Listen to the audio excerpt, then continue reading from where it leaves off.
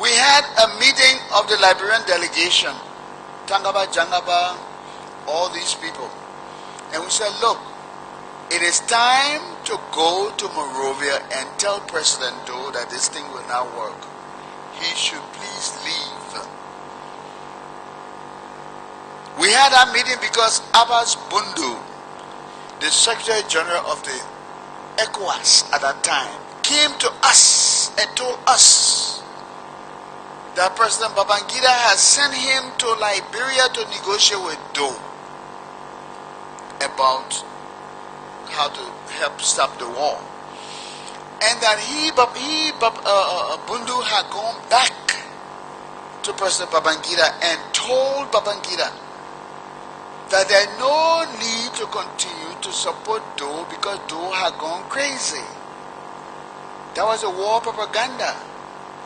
That Doe had gone crazy. He had smoked so much dope in the mansion and he was gone crazy. When he speaks, he was incoherent. Ask Jenkins Scott, ask the other people on the delegation. That is what Abbas Bunu told us. And with that in mind, ECOWAS wanted us in Freetown. Mr. Tangaba Jangaba, President pro tempore of the Senate, was then looked at as the logical successor to Doe and the person with the most power at that point in time, because as far as they're concerned, the Doe government had collapsed because Bunu said Doe had gone somewhere and his mind was absent.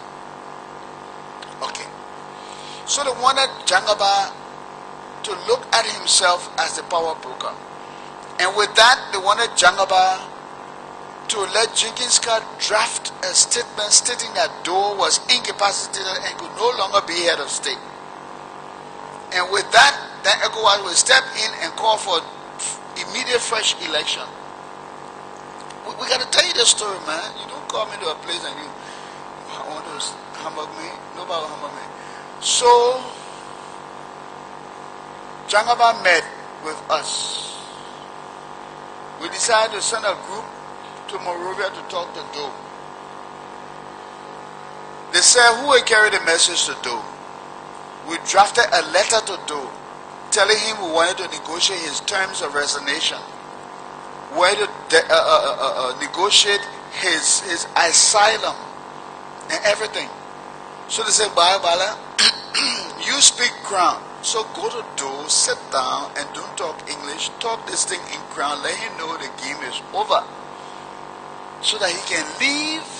Let there be peace, because the MPFL boys are prepared to run down Monrovia.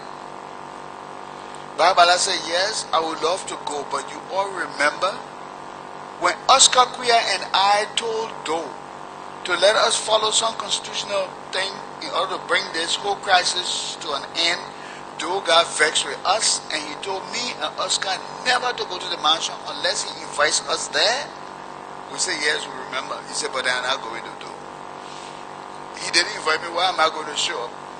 The second thing is that if I show up to tell him that he got to leave, that's worse. So I can't go. So, okay. Jenkins Scott, second man, you are the legal advisor to Doe. You are major in the armed forces of Liberia, Minister of Justice. Go and convince your man to leave. You know, Jenkins speaking American parlance, you know, I can't do that. I can't do that. I'm a major in the armed forces of Liberia. I cannot go and tell my commander-in-chief to resign. Therefore, I cannot go. So Jenkins Scott could not go because he couldn't tell Doe to resign because he was major and Doe was commander-in-chief. So they said, okay, but then let Dr. Tappet, Dr. James T. Tappet, director of the Babangida School of International Studies, you are Doe's teacher, teaching him international relations. You go now and tell your student the game is over. Convince him to leave. Dr. Tappet said, I was sent here as a consultant to the delegation. The role of a consultant is to advise you, not to go and make this kind of decision. Therefore, I cannot go. So, okay, Then why don't we let the president pro tempore of the Liberian Senate, Tangaba Jangaba, go back to Do with his authority as president of the Liberian Senate? Everybody has scattered from Monrovia. He still has this authority to go to Do and talk to him that the legislature now like calling on the president to resign. So Jangaba, you go. Jangaba said, no, he can't go. So why? He said because ECOWAS is here negotiating. The Interfaith Committee is here, and all these people are coming around. He, as head of the delegation, has to be there to negotiate with these people. Then Jangaba said, but why Puya can't go? Then I said, why should I go? He said, but Puya, you always tell the people what those say. So now time for you to go tell Do what the people say. So you are going to Monrovia. I said, okay, I'm going. I mean, I was not scared. I don't know why I didn't get scared, but I just said, okay, I'll go. Prepare a letter, I'll go. So they prepared a letter that those should give us the authority to negotiate his resignation and all of that.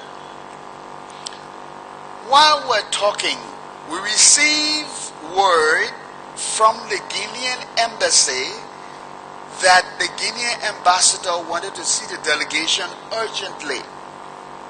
Now I want you to listen to this keenly, because some people came and said, well, we brought the Guineans, for April 14, I will go to that one later on. But some people wanted to say that they brought a Guinean troop here during they negotiated for some Guinean troop. But the Guinean ambassador called upon Jangaba and ourselves and said, I have a message from my president, the same president that now contact. He wants to come and help the government to put down this rebellion, to stop this war.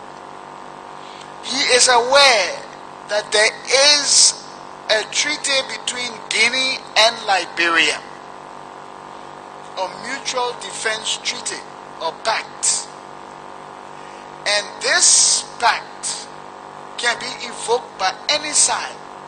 But it has to be the side that is at a disadvantage. So since Liberia is experiencing war, the Guinean president will be happy if the Liberian government will invoke this treaty so that Guinean soldiers will come and intervene. And he told us, we have 5,000 troops ready to land at Sprixby Field today. That was June 1990. The only thing we want is a request from President Doe, formal request from President Doe. But my president will have me inform you that the ambassador to Guinea, who is currently in Liberia, not once currently, I mean June 1990, okay? The ambassador of Guinea in Liberia, June 1990, is not from the same tribe as the president of Guinea. And we have suspected that he has been involved in all kinds of things that are not in the best interest of the president of Guinea. Therefore, those should not and never send any messages through this man to the president of Guinea. So this request for the 5,000 troops to land at Sprixby Field any hour after we receive the request should be sent through the embassy in Sierra Leone and not the embassy in Liberia. Is that clear? We told him, yes, it's clear. So now I was coming to tell Doe to leave. And then added to that, I was bringing another message that the Guineans are ready to send 5,000 troops and land them at Sprixby Field. I arrived in Monrovia. It was about June 26 or June 25, one of those days. When I was leaving, I left the white Mercedes-Benz car I was riding at the airfield in Cinco, Sprixby Airfield. Carry my keys with me. Because when I arrived, I didn't want to be looking for a driver. I simply wanted to rush back to the airfield and leave in case of anything. Always see beyond the years. Do not just plan for today, look at day after tomorrow.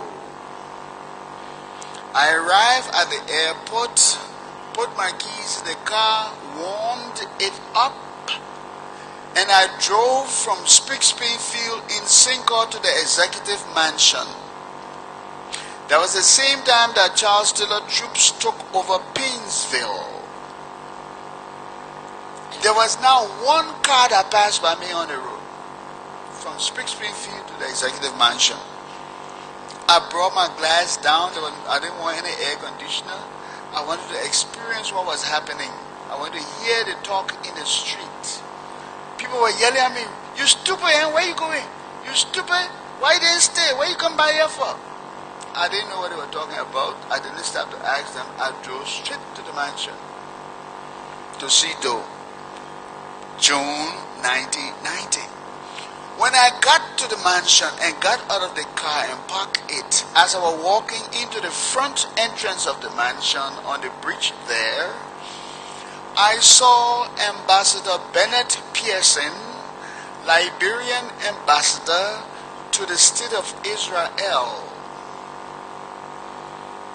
And we had a nickname. We called each other the Heat, because of John Scotland's newspaper headline that used to say the heat is on. So when something tough is going on, we say the heat is on, the heat is on. So Pearson, I saw him, he said the heat, I said the heat. Then he told me, he said the real heat is on now. I said yes, the heat. He said, Ambassador Pearson said, "What you do here?" I said, "But what you do here?" He said, "The Israelis sent me to tell Doe, to give Doe a code. I'm supposed to explain this code to Doe for 3 days. If he does not agree to the code, or he does not understand the code, I'm supposed to leave and everything will be over." I said, "Really?" He said, "Yeah." I said, "By the same message I brought, ECOWAS has given up on him. As far as Babangida is concerned, Doe has gone crazy because of the news they carried to him." And let me finish with that part of it before I go on. We have been at war with the MPFL. I have been a damage control man for the government. But I must tell you today that MPFL had a superior public relations machinery. Superior to the government. Because they work together, they pool their resources, and they were not fragmented like us. They're taking $1 million and giving it to two persons to go and run public relations and leaving your information ministry. So Taylor had the upper hand. He sent his agents into Freetown, Sierra Leone.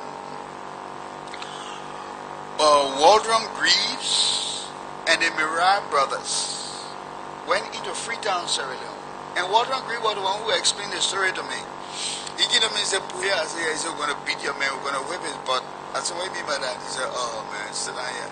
He said, "You see Abba Bunu?" I said, "Yeah." "The Secretary General of the ECOWAS?" I said, "Yeah." He said, our drinking buddy."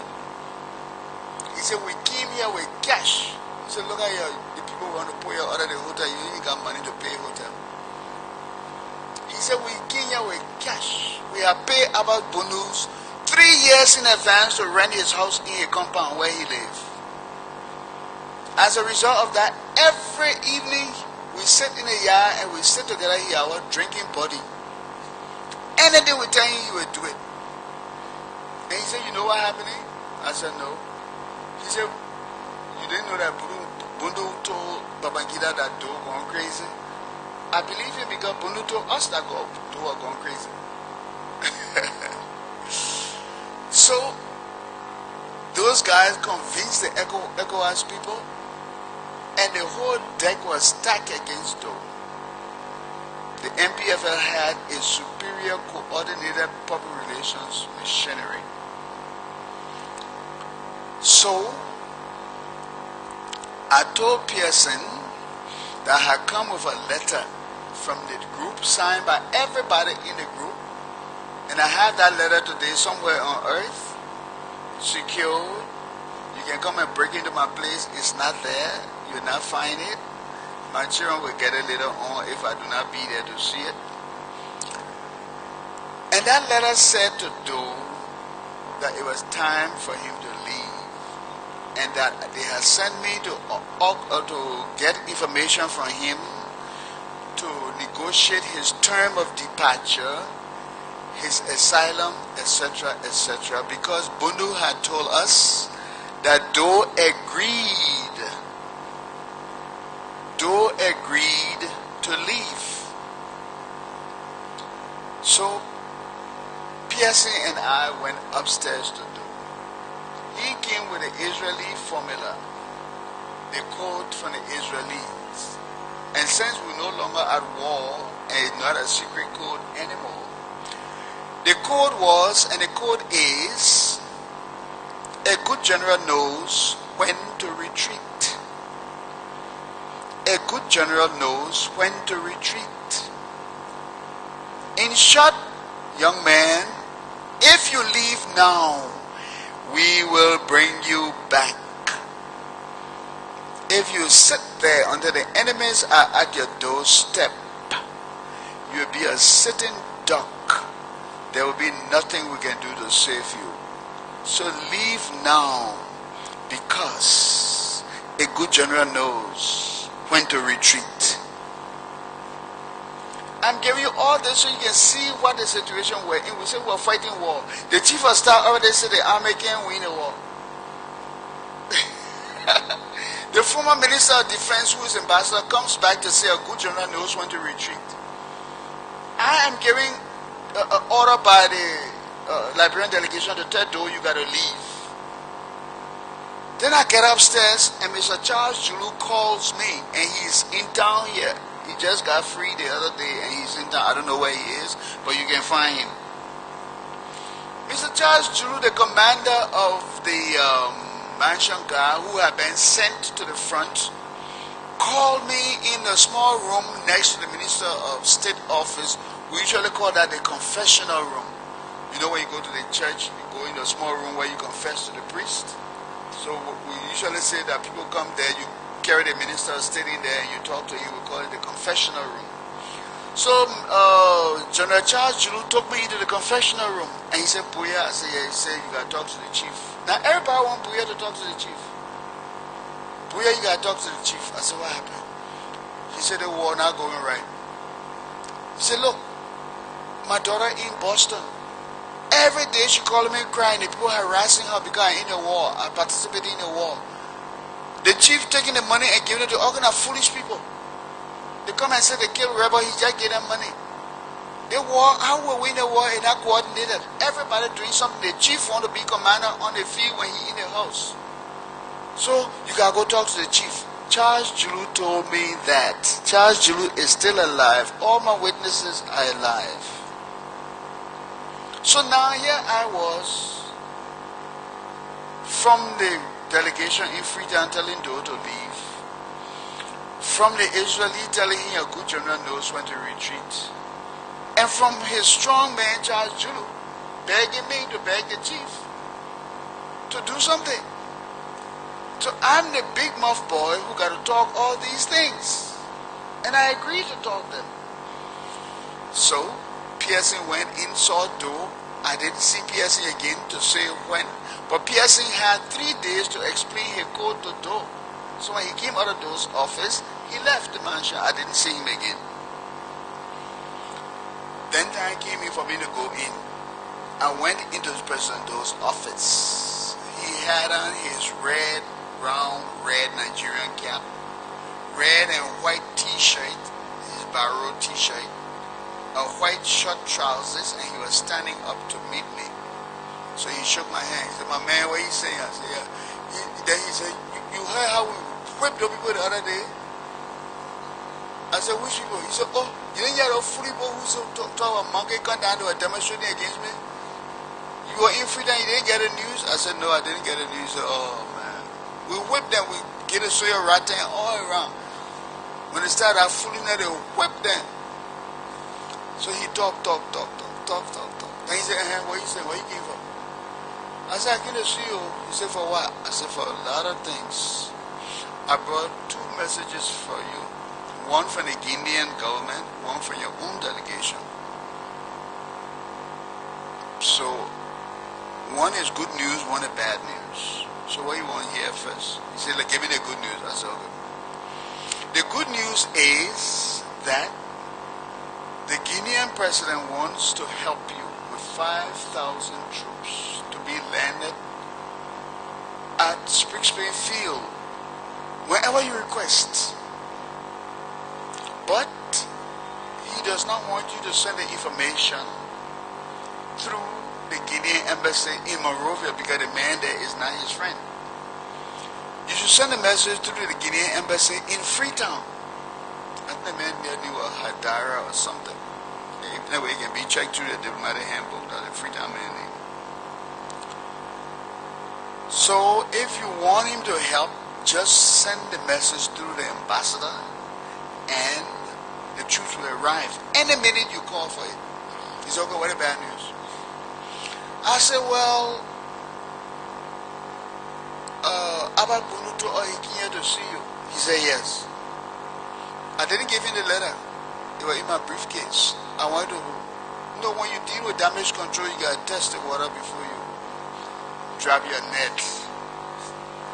I said, Abba Bunu said he came here to see you. He said, yes. I said, okay. Abba Bunu said that he discussed with you about your terms of resignation and your asylum. He said, yes. And that you have been discussing with the president in Nigeria and things were all right and you were going to go into exile. He said, yes.